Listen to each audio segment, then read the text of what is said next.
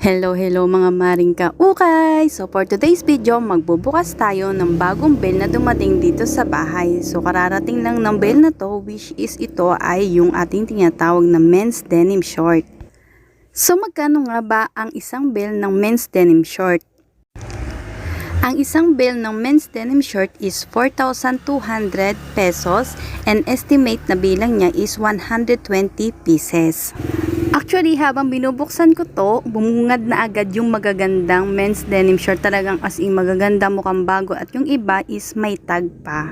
Nga pala mga maring ka-okay, don't mind the people na sa paligid ko kasi sila yung mga nag-iintay na bibili ng ating men's denim short. So, iniintay nila yung pagbubukas ko at dun sila mamimili.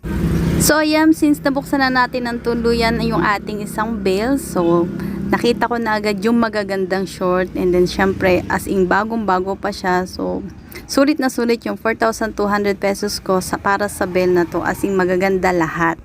So ngayon bibilangin muna natin siya kung tama yung estimate na sinabi ng supplier, estimate na pieces nito. So bibilangin natin siya and then at the same time paghiwa-hiwalayin natin para madali na lang nating malabhan later.